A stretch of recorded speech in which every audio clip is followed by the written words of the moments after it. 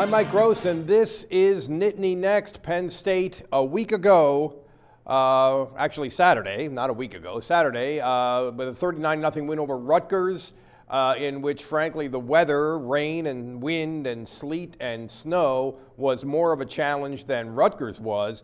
But the bottom line is they moved on 39-0 over Rutgers. They're now 9-2. And are playing for high stakes on Saturday when Michigan State comes to town. Michigan State has really had an awful season. They've been one of the top 10 programs in the country in recent years, but they've been really bad this year. But they're playing better lately. They pushed Ohio State, which is the number 2 team in the country, very, very hard last week. 17-16 was the final score in that game. Michigan State went for 2 and didn't make it. So it really was a pretty even game and a significant challenge, I think, for Penn State, especially in terms of run defense. Michigan State is traditionally, and I think lately, really good at stopping the run and causing a lot of problems for offenses. So it's a real challenge for Penn State.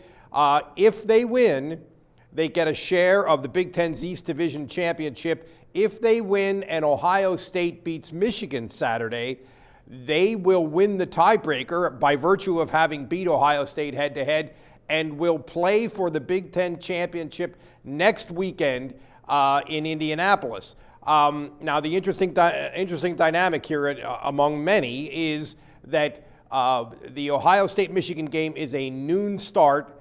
The Penn State game is a 3:30 start. So Penn State's players, the Ohio State game will be ending about the same time that the Penn State game begins. So Penn State players are going to play this game knowing the result, and a huge difference in terms of the stakes that they're playing for, depending on who wins that Ohio State-Michigan game. So that's sort of a wild card mental and emotional factor that fits into this. But regardless, Penn State obviously wants to get to double-figure wins, and even if they don't get to play for the Big Ten Championship, they're in position to get invited to a major bowl game like the Rose Bowl or the Orange Bowl, possibly the Cotton Bowl. So a lot on the line for Penn State as they end the regular season on Saturday at Beaver Stadium with Michigan State, and you can catch all of our coverage of this stuff on LancasterOnline.com, Facebook, and Twitter.